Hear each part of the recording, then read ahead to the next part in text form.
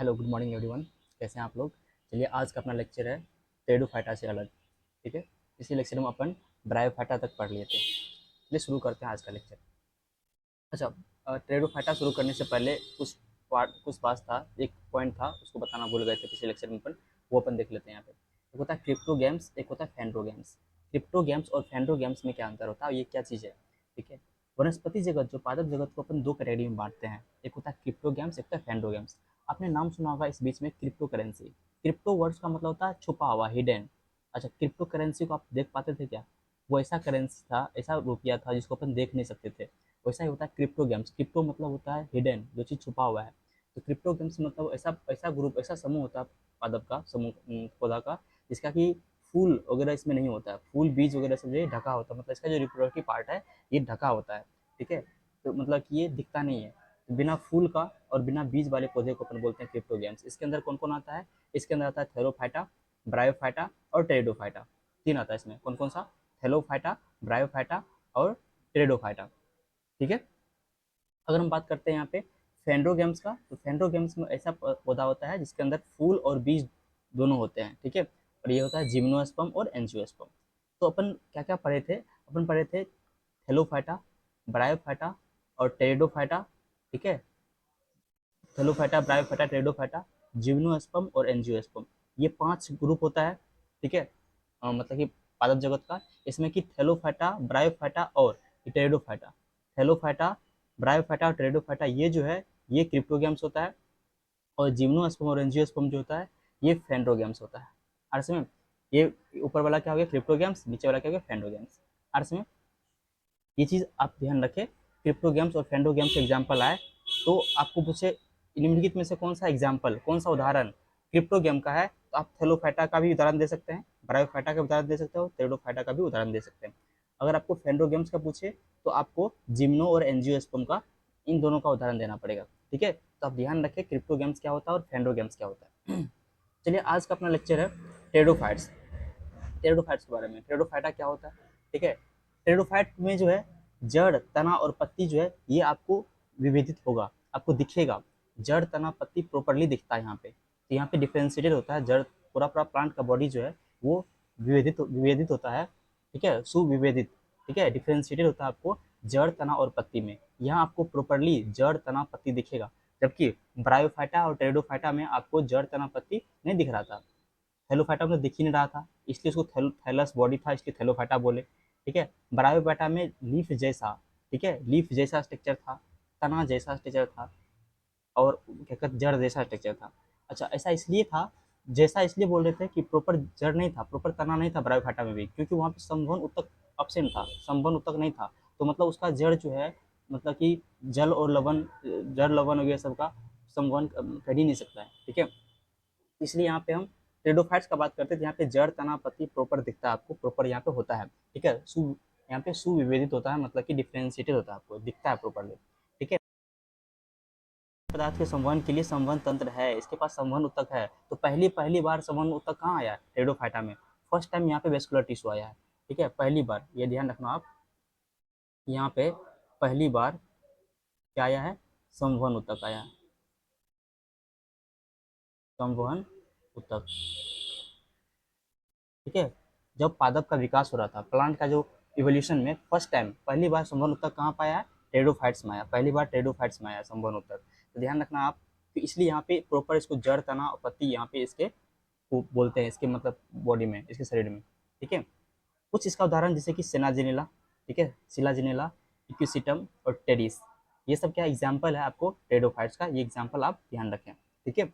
तो इस पर ध्यान रखना है आपको। पहली बार संवहन उत्तक कहाँ आया है, टेरिडोफाइट्स में आया है। ठीक है। चलो आगे अपन देखते हैं। जैसे ये वो एग्जाम्पल टेरिडोफाइट्स का, ये फॉर्न है, ये क्या है, ये टेरिडोफाइट का एग्जाम्पल, ये दोनों क्या है, टेरिडोफाइट का एग्जाम्पल है। आगे हम बात करते हैं टेरिडोफाइट का वर्गीकरण। टेरिडोफाइट को मुख्य मुख्य चार मुख्य वर्गों में हम इसको वर्गीकृत किए हैं, क्लासिफाई किए हैं। पहला सैलोप्सिडा। सैलोप्सिडा में ये सबसे क्या पुराना है, ये सबसे प्रिमिटिव है, आदिम है। और तना, यहाँ पे तना जो है प्रकाश संश्लेषी होता है इसमें, और द्विभाजी द्विभाजी शाखित होता है।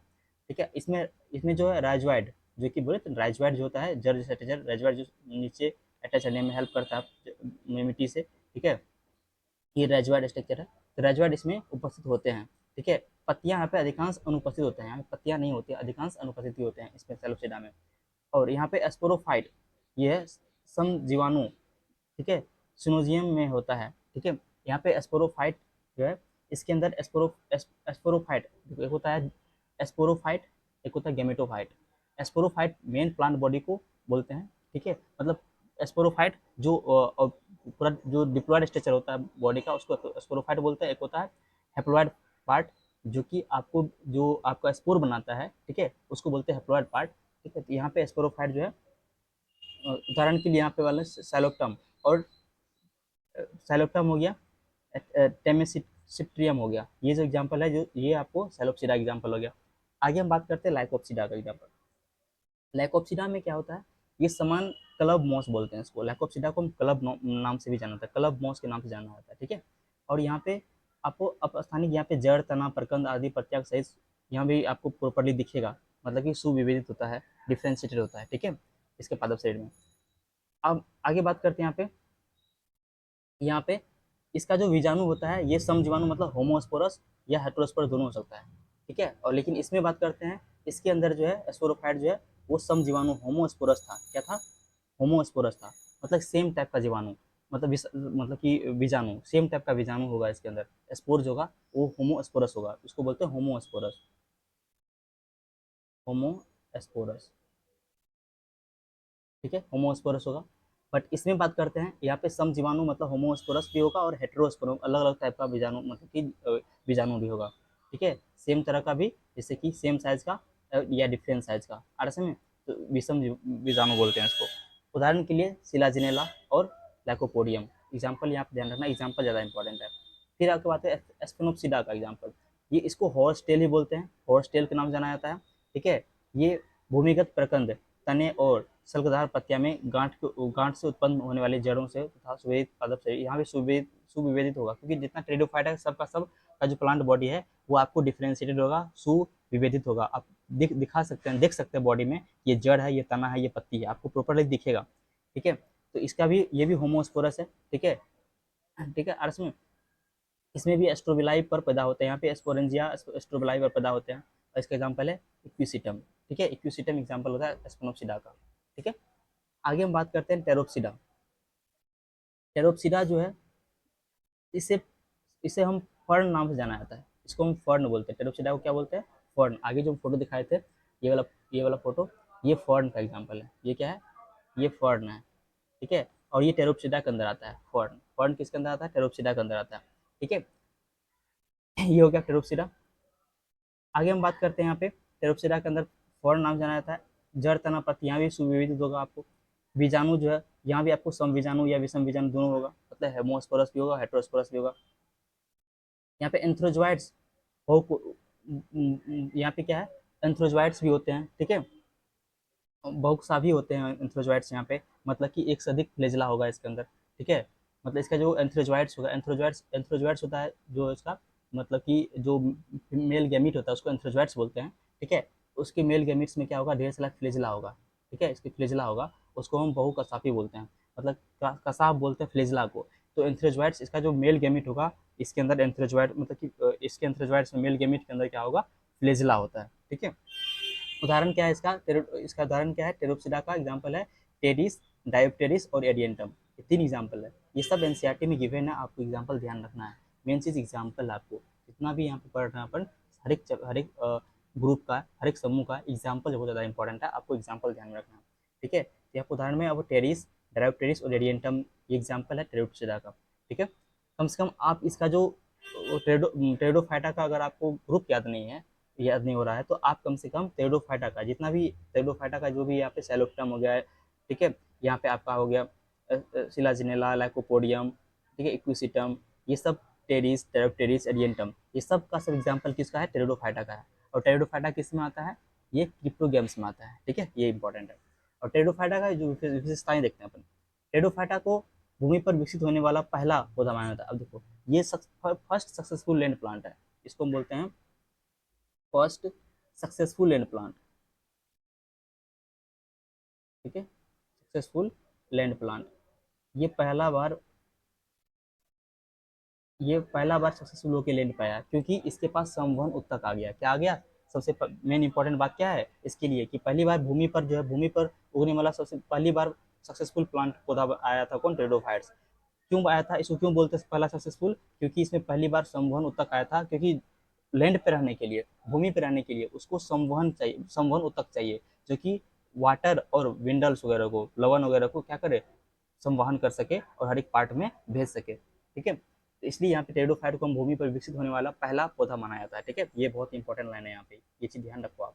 ठीक है, पहली बार ऐसा अनुमान लगाया जाता है कि जीवन की शुरुआत महासागरों में हुई थी, ये तो पता है।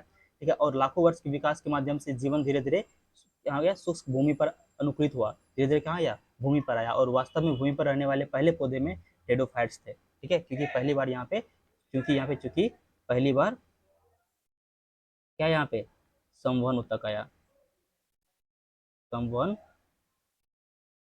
उत्तक आया। ठीक है, पहली बार इसमें क्या आया? संवहन उत्तक आया। और सुनो,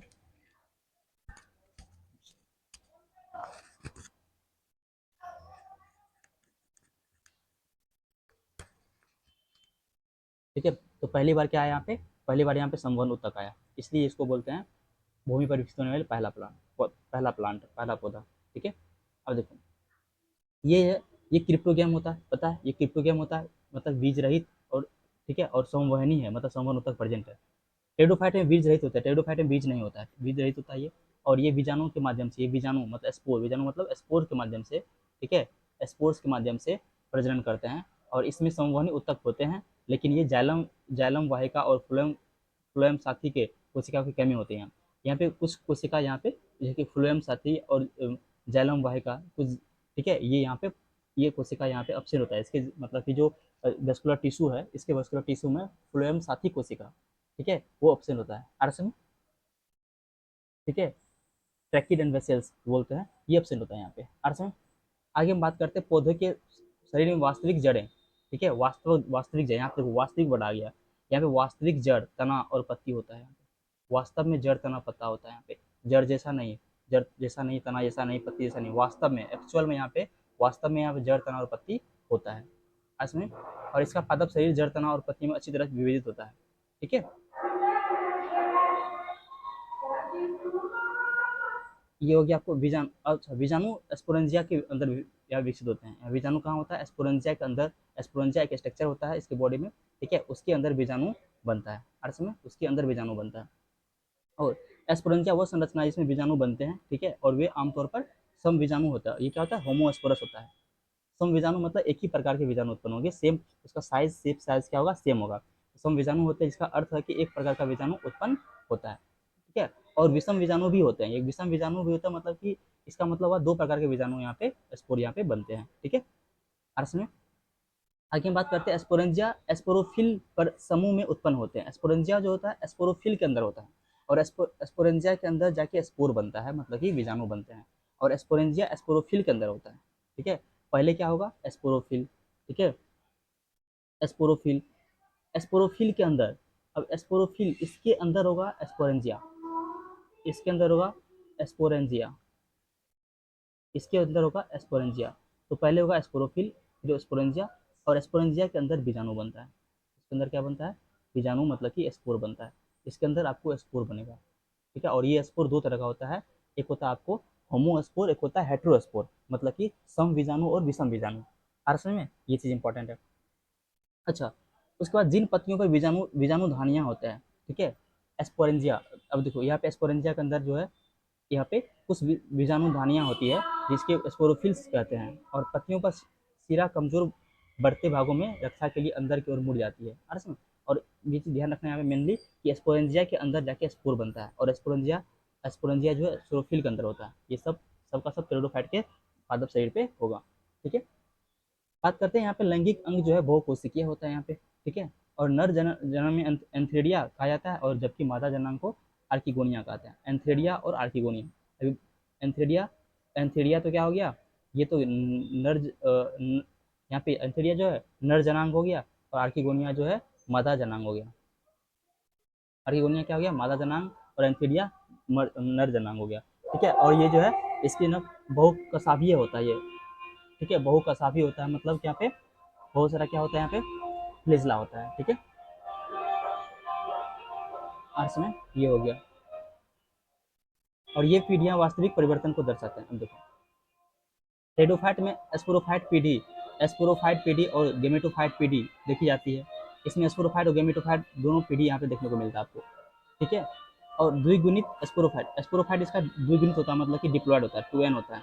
ठीक है, 2n होता है, जबकि इसका गेमेटोफाइट क्या हो गया, डिप्लॉयड होगा। ठीक है, और इसका स्पोरोफाइट जो मुख्य पादप शरीर, इसका मुख्य पादप शरीर क्या होता है, स्पोरोफाइट होता है। जबकि थैलोफाइटा के अंदर क्या होता है, थैलोफाइटा में मुख्य पादप शरीर जो है वो हैप्लॉयड था। ठीक है, चलो, तो नेक्स्ट लेक्चर में अपन देखेंगे जिम्नोस्पर्म के बारे में। Okay, thank you.